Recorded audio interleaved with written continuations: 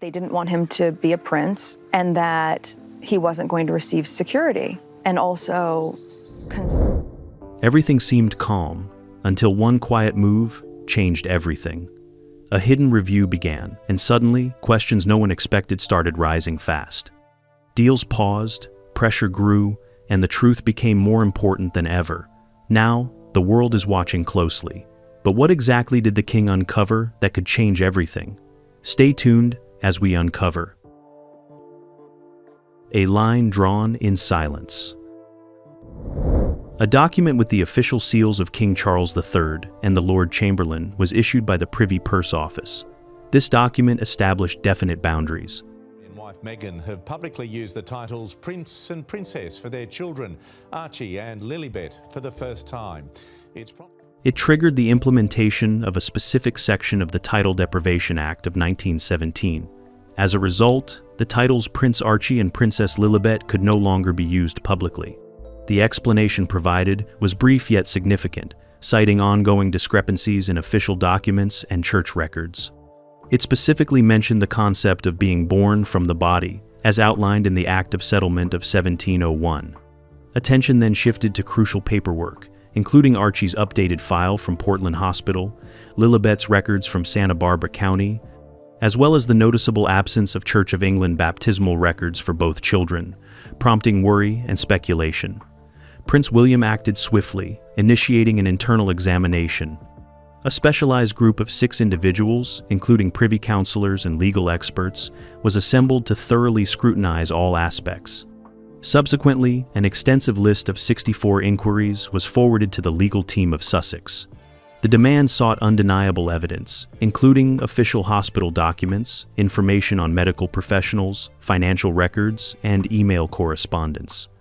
Additionally, it inquired about any personal contracts that could indicate the use of a surrogate mother from 2018 to 2021. The directive was resolute, stating that any document lacking clear language or authentic signatures would not be approved. Deadlines were established, with medical records required by March 16th and proof related to Sacramento expected by March 18th. The schedule was stringent and the stress levels were elevated. Simultaneously, the Cabinet Office put together an alternate strategy. A proposal was created for Parliament detailing the course of action to be taken in case the necessary evidence was insufficient. The proposal included language reminiscent of that used in 1917 to denounce German dukes. Additionally, a new regulation was introduced to prevent the commercialization of royal titles if they were to be stripped. Lady Colin Campbell took the situation to the United States on March 15th. She requested billing information from a surrogacy clinic in Florida. The court expedited the process, demanding the clinic turn over records within 3 weeks. Shortly after, author Tom Bauer presented an extensive document to the High Court that brought up numerous inquiries. One of the revelations was a missing 4-hour period in a hospital entry log from May 6, 2019. Additionally, there was a bill from Santa Barbara, dated before Lilibet's alleged birth date. Another piece of evidence was a baptism certificate with a date in the future. 4 claims were backed by the findings of 4 professionals. And even while the world was in chaos, the palace had other plans. Stay with us to find out. The quiet strategy behind the palace doors. Plans are being carefully made behind the red line. The palace advisors have 3 specific objectives in mind. Their first goal is to portray the matter as a mere formality. Secondly, they are determined to prevent any unauthorized use of titles that are in dispute. Lastly, they prefer Prince William to be the face of any potential title removals, rather than the king. A contingency strategy is currently being implemented on the opposite end. Informants operating under the alias Heron validate the strategy. It is based on a triad of actions: postponement, diversion, and coercion. The group leverages U.S. healthcare privacy regulations to hinder the dissemination of information. They alter the narrative, characterizing the investigation as biased and specific. Concurrently, media editors receive cautionary messages reiterating vehement opposition to the allegations under scrutiny. Despite making these adjustments, the schedule remains unchanged. The timetable is set in stone. It is crucial for essential paperwork, such as verified medical files, records of newborns, and formal church documents to be submitted promptly. Failure to have these documents on the evaluator's desk by the conclusion of April will prompt the initiation of the next phase. The Cabinet Office is prepared and is set to introduce a new bill to Parliament before the Whitsun break. This proposed legislation will solidify the prohibition of exploiting royal titles for financial gain once they have been revoked. Additionally, it will enforce the permanent stripping of titles as established by the law in 1917. The financial consequences are increasing concurrently. According to confidential documents from a prominent streaming service, a significant portion of initial profits were due to the public's fascination with Prince Archie. A lifestyle label that was introduced in February has also taken a hit. Numerous merchandise tags with royal references are currently being stored. Legal counsel cautions against selling these items post-decision, as it could potentially deceive consumers. The tension has surged rapidly. Over a short period, accumulated years of pressure have culminated. At the heart of the matter lies a straightforward decision: present undeniable evidence, or face the possibility of losing not only your status, but also the public esteem associated with those honors. Time ticks on, and the palace readies its most potent weapon. The century-old law is poised for action. The procedure unfolds smoothly and transparently. Initially, the Privy Council compiles a report highlighting deviations from expected obligations. An initial draft is already set. Following this, the monarch issues a formal decree identifying the individuals involved.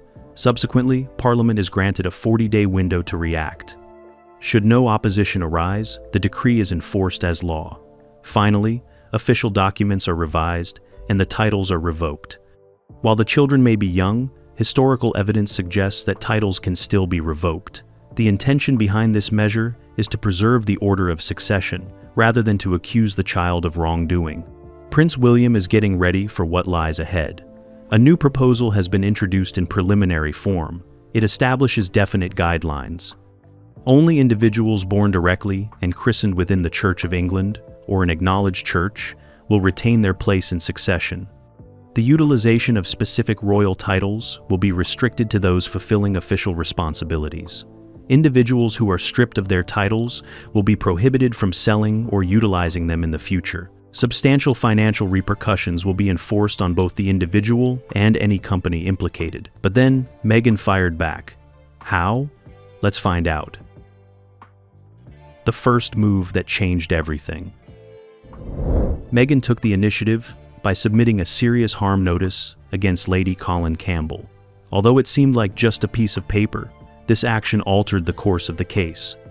This one decision stripped the couple of their shield provided by civil procedure rules, leading to a more transparent process thereafter. The rule is straightforward in a defamation lawsuit. All relevant documents must be disclosed, regardless of whether they are favorable or damaging. The court reiterated this principle on March 11th. Meghan's statement of being wrongly accused made all records related to the claim significant, including medical records, birth certificates, and church documents. The court's deadline was not flexible at all. It had to be strictly followed. The team had to hand over hospital records from Portland and Santa Barbara by March 16th. They were also required to submit doctor licenses and lists of security footage. Proof of baptism or letters from the Church of England had to be submitted by March 18th. By March 24th, all emails, invoices, and private agreements related to surrogacy between 2018 and 2021 had to be provided. Not meeting the deadlines could result in severe repercussions. Failure to disclose certain documents may be interpreted by the judge as damaging to the case, leading to significant consequences known as adverse inference. Simultaneously, there was a rise in legal challenges coming from a different direction. Attorneys collaborating with Tom Bower initiated legal proceedings in the United States. Through the utilization of a federal statute, they obtained court mandates on the 15th of March. These mandates necessitated the surrender of crucial documents. A facility specializing in surrogacy was compelled to disclose billing information. Additionally, a medical center in Santa Barbara was directed to provide server data from its obstetrics department. A reputable courier service was also obligated to furnish documentation detailing the processes involved in handling biological samples. In Florida, a strict deadline was imposed by the judge. The deadline for the delivery of all records was set for March 24th, with the threat of accruing daily fines for any delays. The burden has been completely transferred through these actions. Meghan and Harry are now held accountable for the situation. Advisors from the palace have drafted a document for Parliament outlining the consequences of not providing sufficient evidence. They warn that the Crown may need to intervene to safeguard the order of succession. But then the public finally spoke up. What did they say? Let's dive in. When the pressure broke. The backlash did not wait. It came fast, like waves that kept rolling in one after another. What once looked calm and steady began to shake. One by one, strong business ties started to loosen. The ground beneath everything no longer felt firm. It began with a rule hidden inside a contract from a major streaming company. The rule was simple but powerful. It said that if royal status was lost or even paused, it would count as a serious problem. As soon as the review started in March, the company acted. A large payment meant for a second season was stopped at once. Somewhere, but sounds like no longer. And this is Meghan's Ever as Ever brand, and Netflix no longer being involved with this brand. There was also a warning. If a full removal happened within 18 months, half of that money could be taken back. Soon, others followed the same path. A well-known audio platform removed items linked to a royal name. A coaching company changed its agreement. If Prince Harry's title changed, his speaking fee would no longer go to him. Instead, it would be given to charity. Each step added more pressure. A new business idea also faced trouble. A brand that carried a royal touch could not move forward. Officials in America questioned the name. Without clear approval, the plan could not continue. What was meant to be a fresh start now stood still. Inside the palace, a quiet report laid out 3 possible paths. The first path was simple and hopeful. If every needed document was provided clearly and fully, the titles could return. Frozen deals would open again, and much of the lost money could come back. The second path was less certain. If some records were missing or not complete, the titles would remain paused for a long time. Many deals would fall apart, and future plans would weaken. The final path was the hardest. If no clear proof came forward, the titles could be taken away. Most business ties would break. There could also be demands to return large sums of money. The weight of that outcome was heavy. In quiet offices, leaders felt uneasy. Many hoped the matter could end without loud public debate. They feared that open arguments could bring mockery and harm trust. Some warned that leaving questions unanswered could give strength to those who already doubted the system. Outside, the public was already reacting. A group calling for change prepared a bold plan. Hundreds of bright billboards were set for the holiday season. Each one carried a simple message and a link to a public poll. At the same time, surveys showed a clear shift. Most people supported a pause on titles until real proof was shown. Behind the scenes, money worries grew stronger. Reports showed that available funds were going down. With key payments stopped, the future looked tight. Experts warned that without change, serious financial trouble could come before the year ended. The strain began to touch the people around the couple. I would say the UK Home Office. They're trying to block the Duke and Duchess of Sussex from being given taxpayer-funded security. This is the royal and VIP executive. 2 aides stepped away after being asked to adjust personal statements. This added to the feeling that things were no longer steady. Doubt continued to grow. Online, the story spread even faster. People looked closely at every detail. Videos and photos moved across platforms, gaining millions of views. Timelines were checked, records were compared, travel plans were studied. Each new post added more questions. A key date came closer. Legal orders in the United States required documents to be shared by the 24th of March. Soon after, the full review would reach its end by the close of April. Time was moving forward without pause. More business changes followed. A large payment from a publishing deal was placed on hold. Products quietly disappeared from stores. Everything followed the same pattern. Until clear answers arrived, nothing would move ahead. Church records added another layer of concern. A review found no clear entry for one child in an official register. Another record appeared unfinished, missing expected signatures. These gaps made the situation more urgent. Without proper records, the rules of succession could not stand firm if questions remained. Part of the review report reached the media in a quiet way. it suggested a simple step: pause the titles for now until clear proof is given. The public response grew even stronger. Online talks spread quickly, reaching millions in a short time. The palace stayed calm. A short message confirmed that checks were still in progress. No more words were offered. Yet behind that silence, a careful plan was moving forward. But how did all this begin? How did the world know about it? Stick around. The moment it all began. The current conflict did not originate from mere gossip or abrupt assertion. It actually commenced discreetly many years ago, with the writing of a solitary royal communication. This initial incident sparked a gradual chain of events that has continued to escalate over time. Every inquiry that arose subsequently can be linked back to that initial subtle change.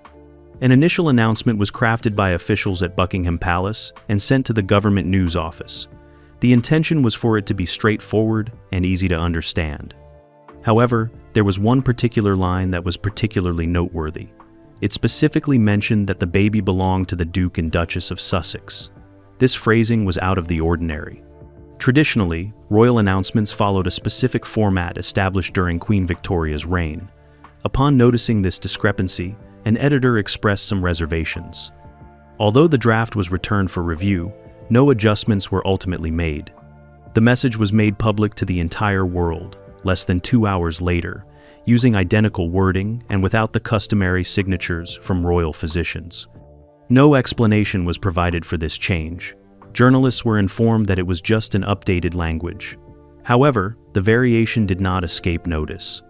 Simultaneously, minor incidents within the hospital started to spark inquiries. The security records indicated activity in a restricted zone. However, the names of the doctors mentioned later did not match. A glitch in the server caused a lapse in the recorded video. Despite nurses clocking out at the end of their shifts, they could not remember encountering the usual royal medical team members who typically attend such occasions. Shortly after, a declaration was made that caused even more uncertainty. Prince Harry made a brief appearance on video. In his speech, he remarked on the transformation of the baby in recent weeks. An assistant standing nearby promptly made a gesture. Prince Harry then rectified his statement, saying it had actually been 2 days. Though seemingly insignificant, this incident garnered widespread attention. The video clip was shared countless times and remained etched in the public's recollection. A further development occurred when there was a request to revise a birth certificate by removing a name and retaining only a royal title. Authorities expressed reservations, as alterations of this nature are typically not allowed post-registration. The palace's explanation characterized it as a minor modification in formatting. Nevertheless, the modification was authorized. Shortly after that, there arose a query regarding amending the initial wording in the birth announcement. The response was resolute. The document could not undergo further alterations. Whatever had been penned down would stay as it was. Focus then shifted to a church document. A curator observed that a baptismal record lacked the anticipated signatures. The version made available to the public was a duplicate, not the authentic document. Church regulations mandate signatures from both the presiding bishop and a sponsor. The concern was brought up, but was not pursued further at that moment. Over time, additional layers were incorporated. The significance of royal titles was emphasized through a successful business transaction. It was evident from internal strategies that these titles would be instrumental in upcoming endeavors. The significance of these titles could not be overlooked. Afterwards, an additional document was included in the paperwork. It depicted the transfer of health supplies from one place to another. Documents connected the procedure to a non-governmental organization. A scheduled flight coincided with the transfer, and qualified medical professionals were included on the passenger list. The path of ownership was easily traceable. A birth announcement was made a few days later, detailing the time, location, and attending physician. Shortly thereafter, the physician decided to retire and disappeared from the public eye. Any inquiries for additional details were rejected due to privacy regulations. A christening announcement was made, detailing a small ceremony conducted by a high-ranking church official. Despite this, there was no evidence of the event in church records. It was later explained that a unique authorization had been granted for a private home service. However, church representatives later clarified that no permission had been granted for that particular location. Upon the release of media projects, royal titles were frequently utilized. Legal teams subsequently mentioned that they based their actions on past public usage. Additionally, they aimed to safeguard themselves in the event of potential future conflicts. The palace used precise language once more, stating that titles would be re-evaluated once evidence of birth and baptism was provided. This statement reflected traditional protocols regarding inheritance. Professionals delved into archived videos and documents. A few put forth their expert opinions, pointing out discrepancies that deviated from typical trends. On the other hand, some argued that the variations in appearance could be easily explained. Nonetheless, they all concurred that official documentation would offer definitive explanations. Simultaneously, private organizations analyzed publicly available information, specifically examining hospital documents and associated records.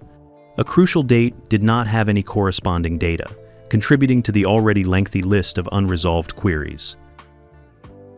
The pressure inside. In the Sussex residence, a shift in priorities is evident. Instead of discussing media strategies or public relations, gatherings now kick off with discussions on financial figures. The walls are adorned with graphs illustrating expenses and available funds. The primary concern is the dwindling finances, influencing every choice that is made. The primary source of support came from a significant streaming agreement, which served as a crucial source of income.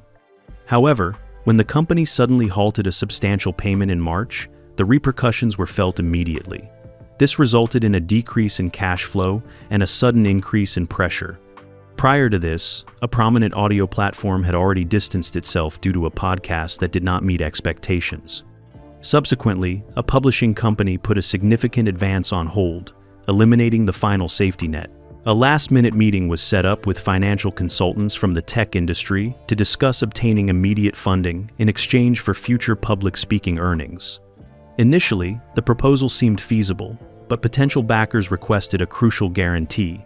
They insisted that the royal titles must remain untouched in order for them to proceed. With this condition not met, there was no consensus to proceed with the plan, causing it to come to a standstill before any progress could be made. The impact is evident in the regular operations of businesses. Stores that used to stock clothing associated with a royal designation have discreetly taken down such merchandise. They cite regulations on the platform prohibiting items that may confuse consumers. Another business partner responsible for delivering products for a lifestyle brand has ceased operations as well. They are seeking legal counsel before sending out any inventory bearing a controversial name. This postponement poses a new issue. The merchandise has a limited time before it becomes unsellable. The initial batch is scheduled to expire in early May, coinciding with an anticipated important decision. Within the group, a well-known strategy has been proposed once more. This strategy consists of 3 parts. Initially, the process is postponed. Next, the narrative is altered. Finally, pressure is exerted. Privacy regulations are utilized to stall the disclosure of documents. The matter is framed as unjust treatment. Additionally, stern warnings are issued to individuals who persist in raising inquiries. Nevertheless, there are definite constraints to these measures. Legal regulations do not prohibit individuals from disclosing their personal records. Guidelines regarding safeguarding data do not have universal applicability across different nations. The notion of discrimination has also lost its strength. There is evidence from official paperwork that previous rulings were made in compliance with established protocols. Legal pressure is now proving to be ineffective, as multiple courts have ordered the disclosure of records. In these instances, the ultimate defense lies in presenting clear evidence, rather than relying on forceful language. 2 important deadlines are now prominent. The initial one is at the end of March, by which time the United States must provide records. The absence of any findings will be duly acknowledged. In the event that files are present, they will either provide satisfactory answers or further complicate the situation. The subsequent deadline is at the conclusion of April. This signifies the completion of the internal assessment. Sources close to the investigation claim that there will be no prolongation. A resolution is anticipated prior to the commencement of significant summer activities. Political leaders are paying close attention. Feedback from various communities indicates widespread backing for a temporary halt until evidence is conclusive. Among diverse factions, there is minimal interest in advocating for a situation that is still ambiguous. The prevailing sentiment leans towards a swift and uncomplicated solution. In the past, the main emphasis was on narrating a tale from a personal perspective, but now the strategy has evolved. The palace is now relying on documentation, legal statutes, and official investigations to make its arguments. Every fresh piece of evidence either corroborates the current narrative or contradicts it. Conversely, silence is often interpreted as an indication of a gap in information. On the internet, there is a powerful and consistent response. Quick videos simplify difficult concepts for viewers to easily comprehend. These videos are viewed and shared by millions. The communication is straightforward. It is important to maintain organized records and titles. Neglecting this could result in losing everything. This simple yet crucial decision spreads rapidly due to its simplicity and comprehension. But what does all this mean for her and the children? Let's find out. The stakes and the strain. The entire situation hinges on one straightforward result. Should accurate and authenticated documentation be submitted promptly, the entire controversy might rest peacefully. Definitive hospital papers, combined with a confidential church correspondence, would effectively resolve the matter. The evaluation would conclude, the temporary halt would be lifted, and progress would resume without any additional steps being taken. Ultimately, it would be reduced to a mere footnote in the annals of history. However, the time frame for taking action is diminishing. The route is becoming more limited as time goes by. People familiar with the issue are uncertain if the necessary paperwork is available in the proper format. Sharing personal medical photos may be possible, but without official endorsement from the hospital, they do not hold any legal significance. Issuing new written declarations also poses a potential danger. If these statements are later proven false, it could result in severe legal consequences. Pursuing delays through legal appeals does not offer much optimism. The regulations in play are rooted in parliamentary jurisdiction, making them difficult to challenge. It is now up to Meghan and Harry to make a decision as time marches on, and the issue has evolved into more than just private talks. The matter has transcended the royal realm, and now has financial implications that are apparent to all partners and businesses involved. Their international brand was recently highly esteemed, thanks to three main pillars. These pillars included the influence of royal titles, ongoing media coverage, and the public's compassion following previous interviews. However, currently, all three pillars are experiencing a decline simultaneously. One of the primary obstacles is the potential threat to prestigious titles. A financial document circulated among prominent investors clearly brought attention to this issue. It brought to light the possibility of losing royal honors, which would diminish the distinct value associated with their reputation. For numerous corporations, this distinctive charm is what made collaborations appealing. Once it is lost, enthusiasm wanes rapidly. Streaming services are already taking action in response to the situation. Suspending payments has highlighted the severity of the issue. Conversations have started within the organization about altering upcoming plans. Plans are being discussed to move away from stories about royalty and instead focus on more mainstream celebrity tales. If this change occurs, profits linked to the initial concept could be lost. The project would no longer have the same anticipated value. The next obstacle involves the potential legal and financial risks faced by publishers who are closely monitoring the situation. There have been warnings from legal teams about potential penalties for books that have ties to royalty if regulations are altered. In order to safeguard themselves, publishers are requesting alternative strategies that steer clear of any association with the royal family. Despite this, no viable alternative plan has been presented thus far, causing frustration among the publishers as previous sales failed to meet their initial predictions. The third obstacle is the decrease in backing from the public. Current research indicates a noticeable decline in endorsement. This shift has been observed not only in the US but also worldwide. Channels that previously embraced guest appearances are now withdrawing. Certain programs have opted to postpone scheduled segments until the matter is settled. Creators are being careful.